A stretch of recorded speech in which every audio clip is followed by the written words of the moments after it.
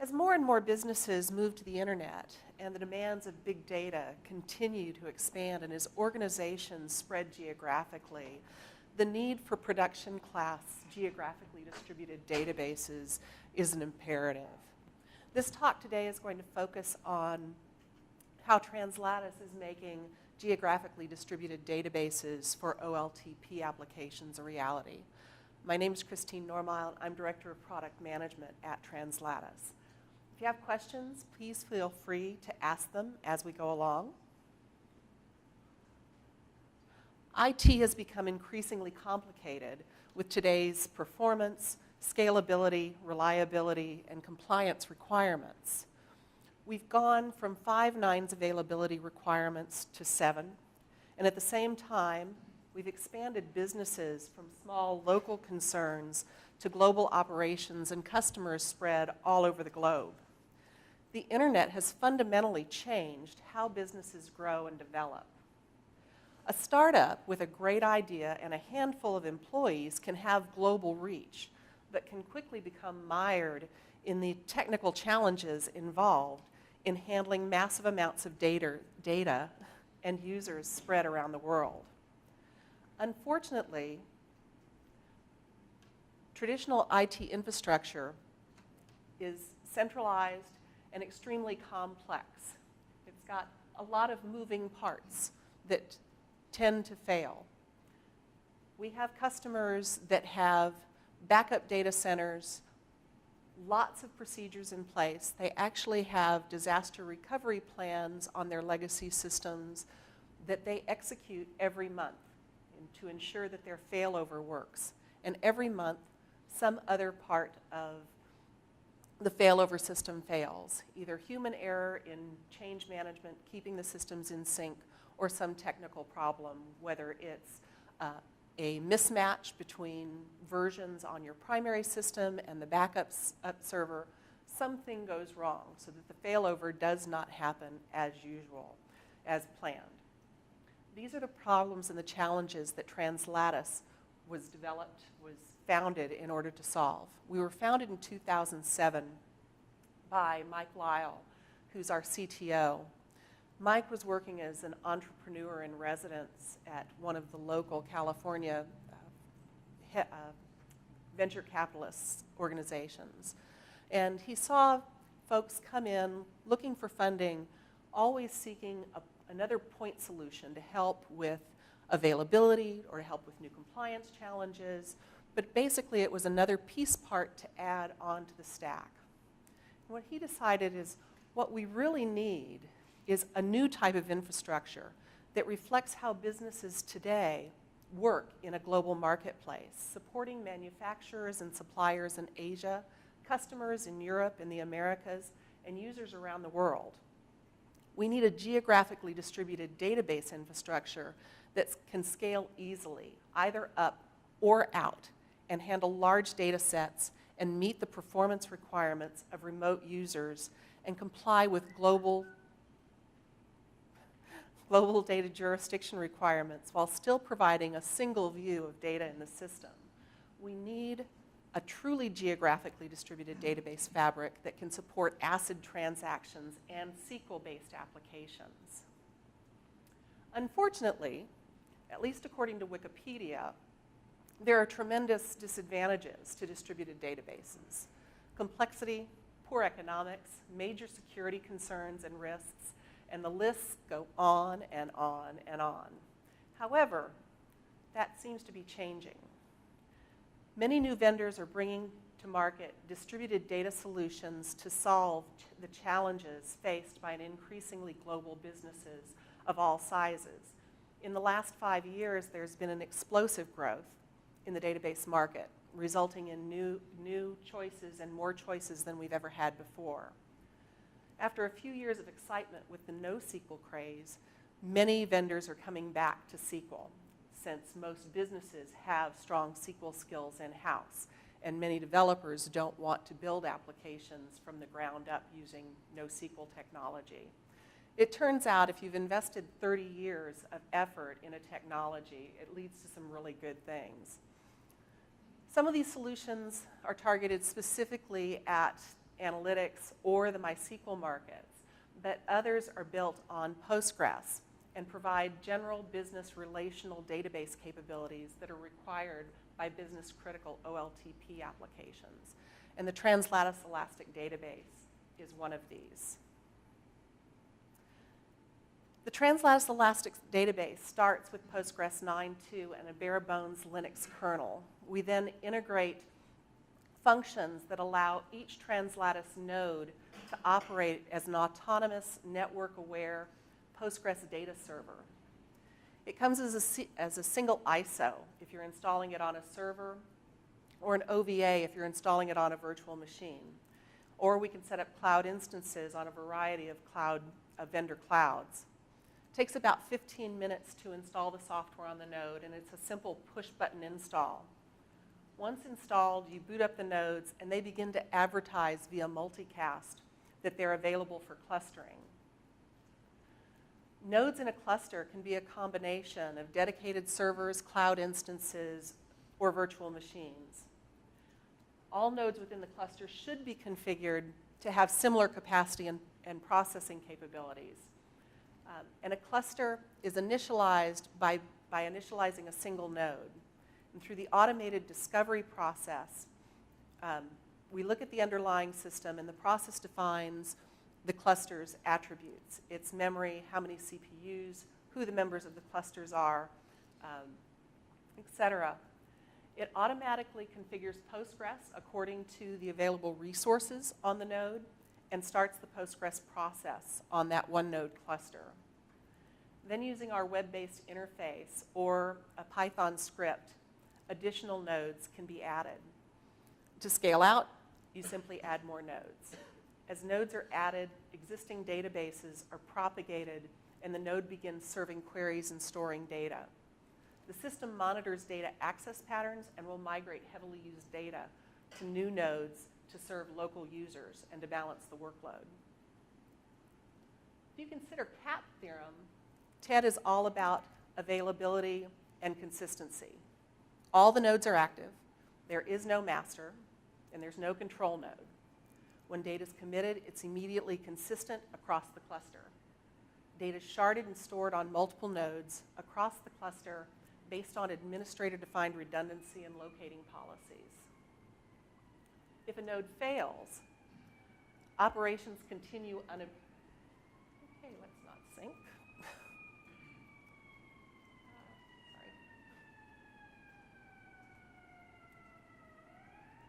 Sorry about that.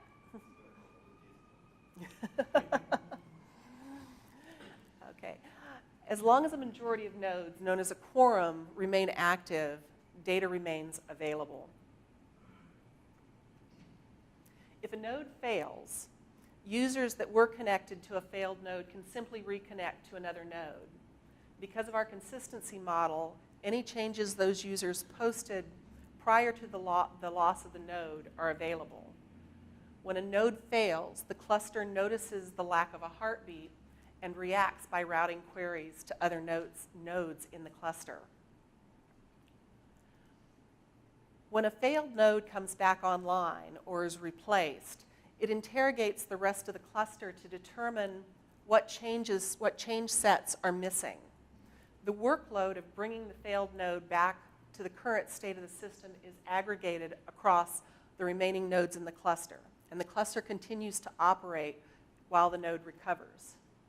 When the node recovers, the first step is to join the main communication group. Messages exchanged upon joining allow the node to identify the point in time for recovery, synchronize the local timeline with the global timeline of the cluster, and to update local table data or catalog entries as appropriate in order to resynchronize.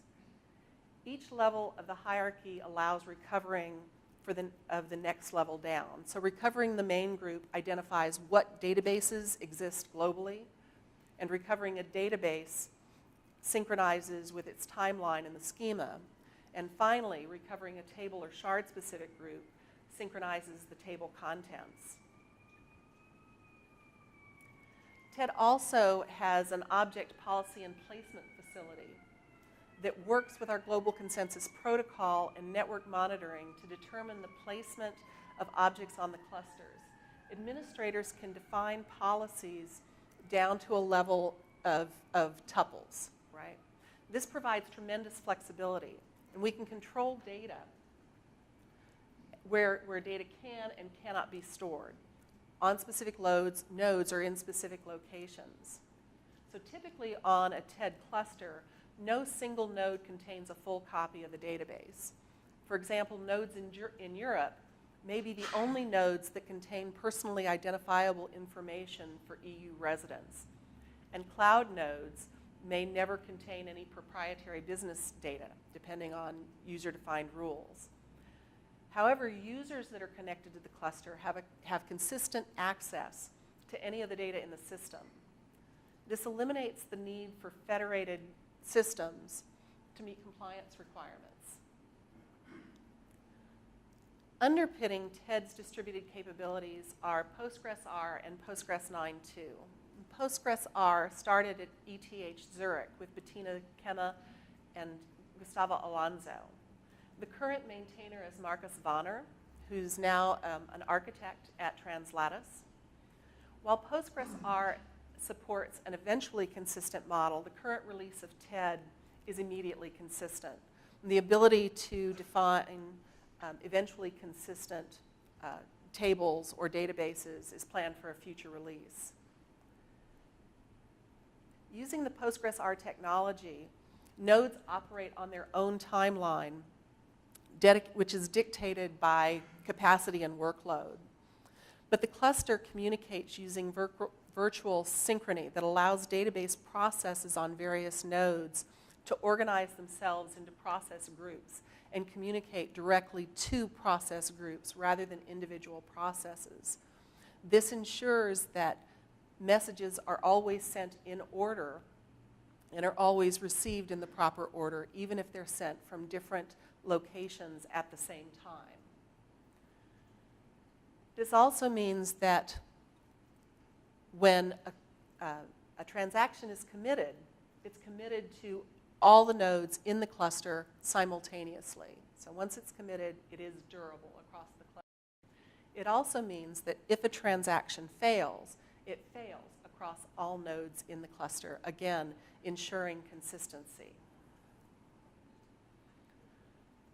Our global consensus protocol manages communication across the cluster and ensures consistency. There's no distributed lock manager to limit scalability. Using a fast generalized Paxos algorithm, only nodes containing a majority of the shards involved in a transaction need to participate in any decision. So as long as a quorum is available, a transaction can commit. If not all nodes containing the involved shards are available, change sets are applied when those nodes come back online. If for any reason a quorum is not available, read operations can continue so long as a single copy of data remains available on the cluster. There are several types of communications that happen between nodes within the cluster. All internode communications uses the secure sockets layer and signed certificates, and this greatly reduces the security footprint of the cluster. Access is defined once through the cluster's administrative interface and propagated throughout the cluster. The cluster can be integrated with your existing LDAP servers. Unicast messaging is used for network processes in which a private or unique resource is requested. And we use multicast for nodes to advertise themselves to other nodes within the cluster. Some communications involve all the nodes within the cluster, such as what happens with DDL. Other nodes are limited to communications with a subset of nodes depending on where shards are located to satisfy a specific query. Data is broken up automatically into many shards, and by default this is along primary key lines, key boundaries. The number of shards typically far exceeds the number of combinations of storage available, but it's tunable or hinnable by the administrator using a TransLattice SQL extension called shard partition. Each shard has an independently chosen storage plan, but partitions are transparent to applications, users, and developers. So no SQL changes are required to existing DML statements. So applications that run on Postgres today can run unchanged on TED. This is also true of most applications that are written to an ORM layer. So if you have an application that uses Hibernate, it will also often run on TED unchanged. We recently had a customer that we ported an application from Oracle to TED, and it took us about a week to port that application. And frankly, most of that porting was because I asked the engineering team to make some modifications to our parser so that it would just swallow some of the Oracle storage parameters that we ignore. So it's very, very quick to get an existing application up and running on TED. You can also use composite keys to hint the access patterns and specify policy and sharding as well. The administrators can set the shard boundary in DDL by specifying a SQL expression in the shard partition clause. The only hard and fast rule with defining the shard partition clause in TransLattice is that the value generated by the clause must be deterministic. Composite key fields can be used for specifying object policy and placement rules in our UI and to control where specific data can and can't be stored. Our object policy and placement facility works with the Global Consensus Protocol and network monitoring to determine the placement of objects on the cluster. It takes a number of things into account in consideration when deciding where to place objects. User-defined locating policies take precedence. Through our user interface, you can specify where certain data can and cannot be stored. This is useful in international operations with strict requirements regarding PII data, where it can be stored and where it can't be stored. It also allows companies that want to control where transactions are processed for tax purposes. And some organizations may want to prevent data from being stored in certain locations for security concerns. For example, companies may wish to avoid storing data on nodes located in the US in order to protect data from the US Patriot Act. Our redundancy policies control both the number of copies maintained and how they're spread across the failure domains. For example, I can say I want to store 4 copies of data across 2 continents and 4 regions. This is the initial way in which TED positions data closer to end users. It also is fundamentally one of the most fundamental way in which TransLattice protects against system failure, leading to data loss by spreading data across objects that typically fail. So spreading it across multiple servers, multiple racks, multiple buildings, multiple countries, and multiple continents. So I can get my data closer to end users, but I also can ensure that if one building fails, I still have additional copies of data outside that building, and my processes are going to continue operating. And again, because everything is all active, there's no concept of failover within the TransLattice system. One of the other ways the system places data is based on historical access patterns.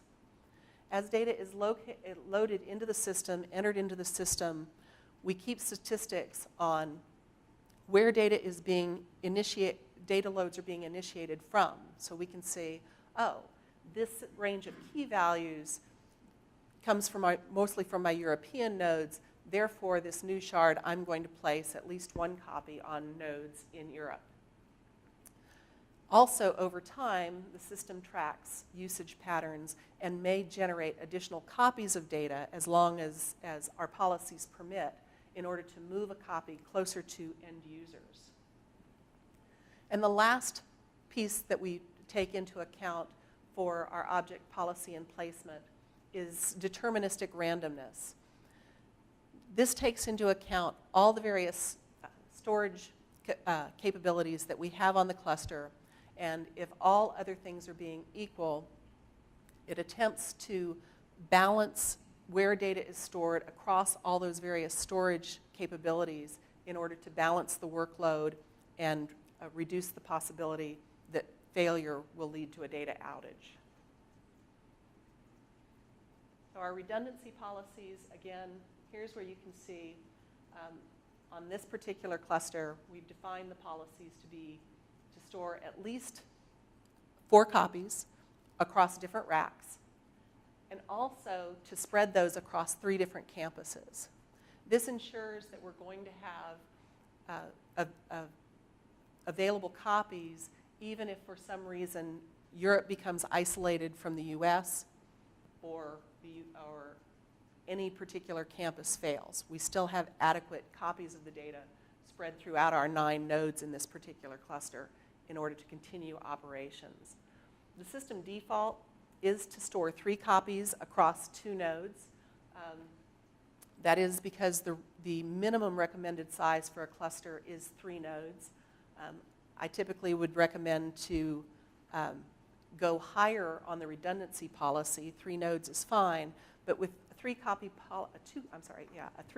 policy on a 2-node cluster, across 2 nodes, if I lose one of the nodes in a 3-node cluster, I could potentially find myself in a situation where both copies of my data, where a majority of copies of my data are not available for a certain period of time. So I would definitely advise increasing the number of copies that are maintained.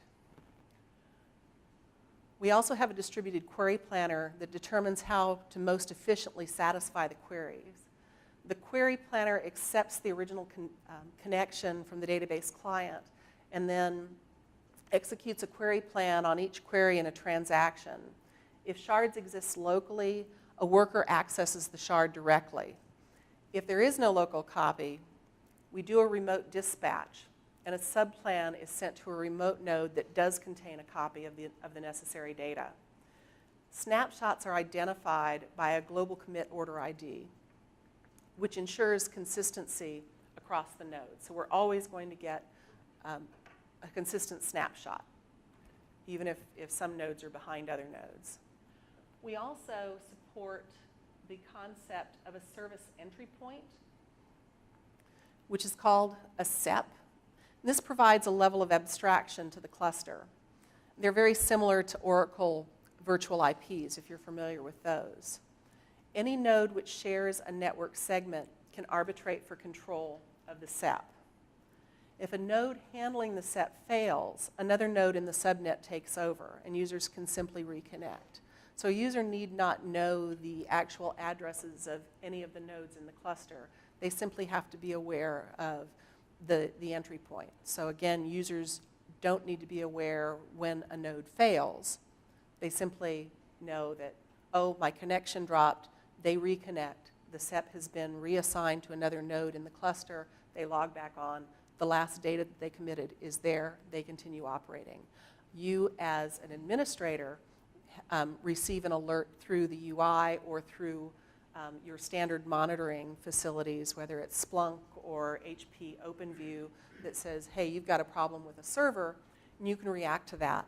The nice thing about that is, as long as you have defined your redundancy policies adequately, if that alert comes in at 2 in the morning, you don't have to rush to the office and fix that server. You can wait until you come in at your regular hour and take care of the problem, knowing that the cluster is going to continue to operate and that users are not going to be disrupted. Okay. And that's what I have for you today. Just to wrap it up, TED was designed from the ground up to be geographically distributed. And this means it's inherently redundant and ensures very high levels of availability. It also makes it easy to ensure data location compliance while providing a 360-degree view of your data throughout your business.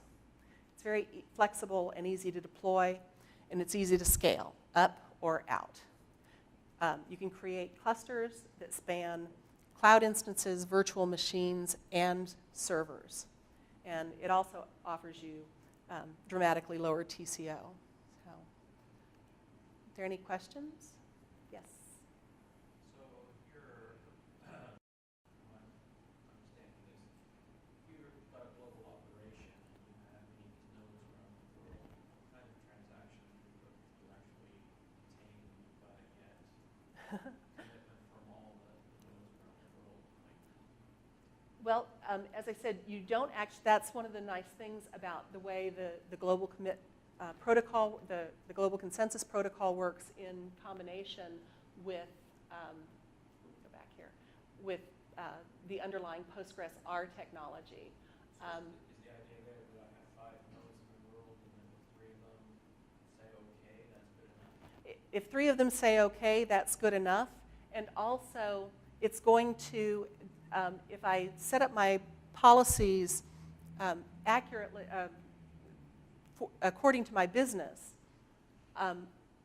what I can hopefully achieve is for any geographic location I'm in, I can get a majority of the shards in a location. So if I'm doing transactions in Europe and I've set up my redundancy policy and my sharding so that most of the rows that are most often modified and inserted in Europe reside in Europe, when I do a transaction there, I can reach a majority with just those nodes. So I can get that agreement with as short of network hops as possible, right?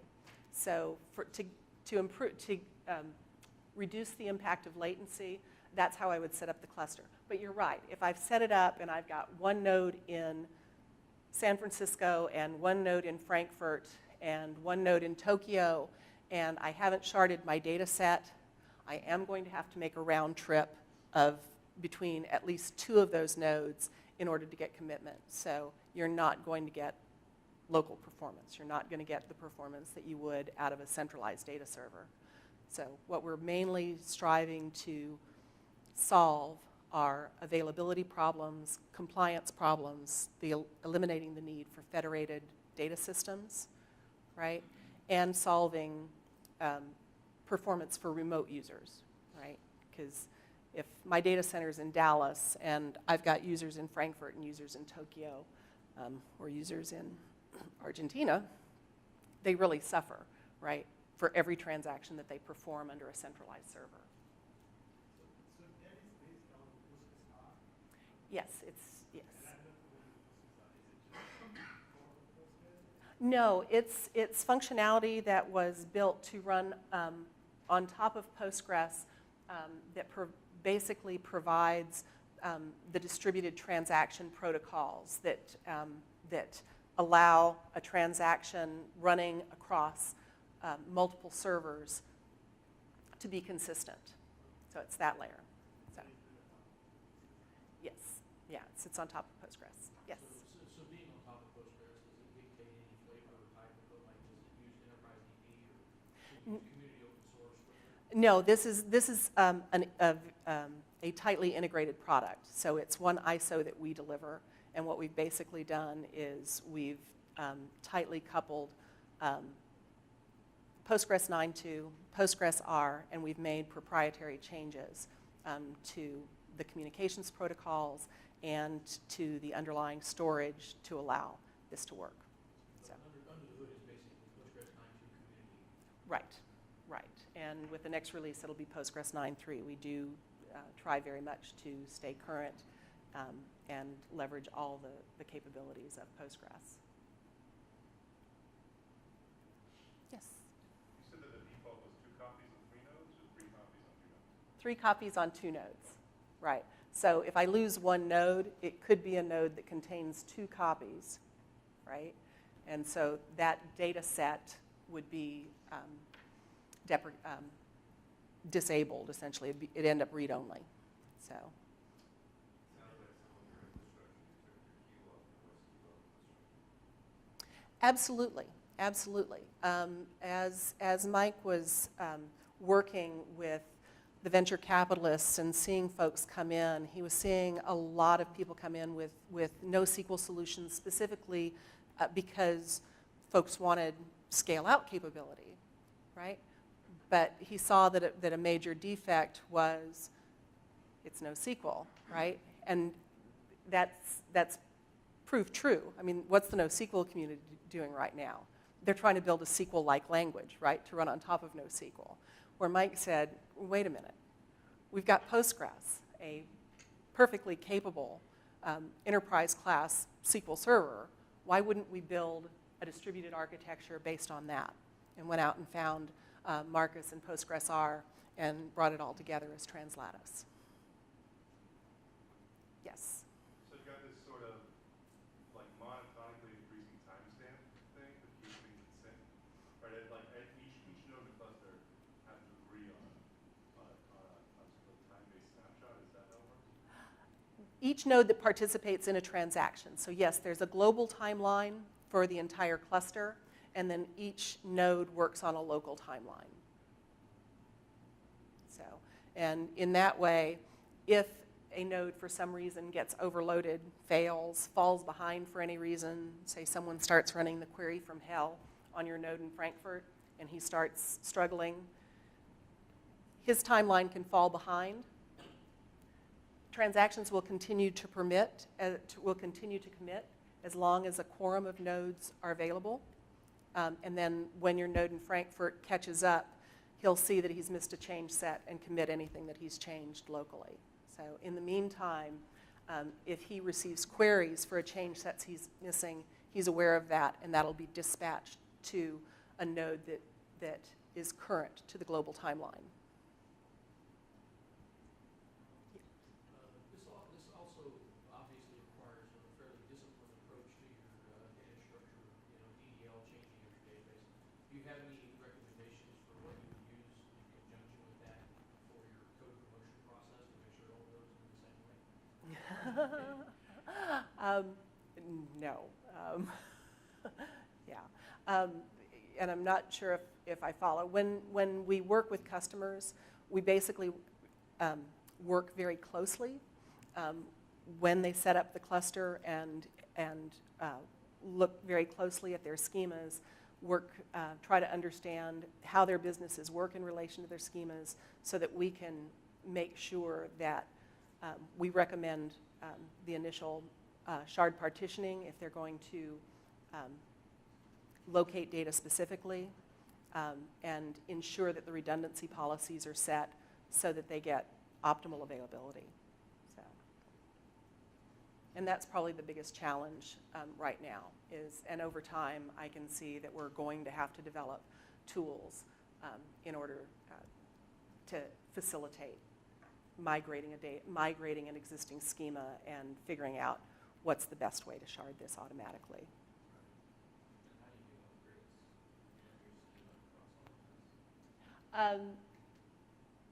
The system, when you upgrade the schema, it should roll across, but that functionality right now is not fully baked.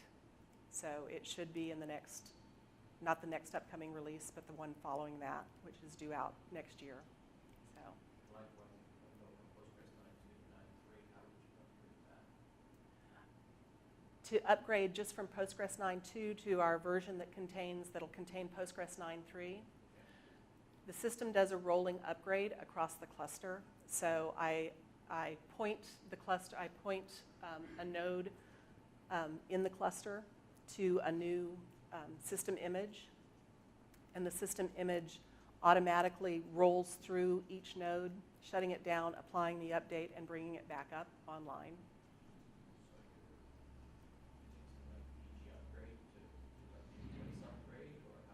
Yeah, it's not using PG upgrade, I don't think, specifically. I think they've written their own PG upgrade script, but yes, it's doing an in-place upgrade.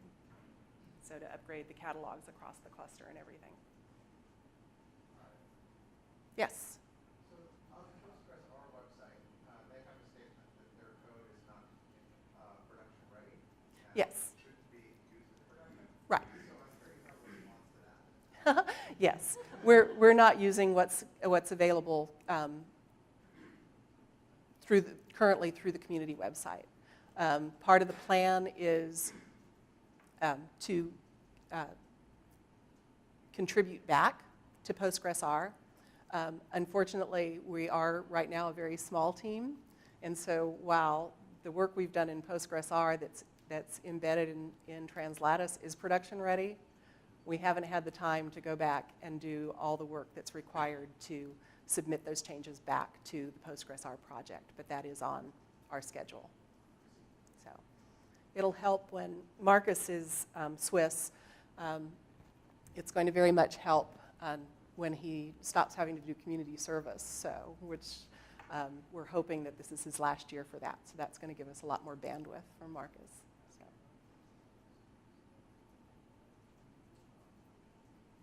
Okay, any other questions? Okay, well, thank you very much. I appreciate your time today.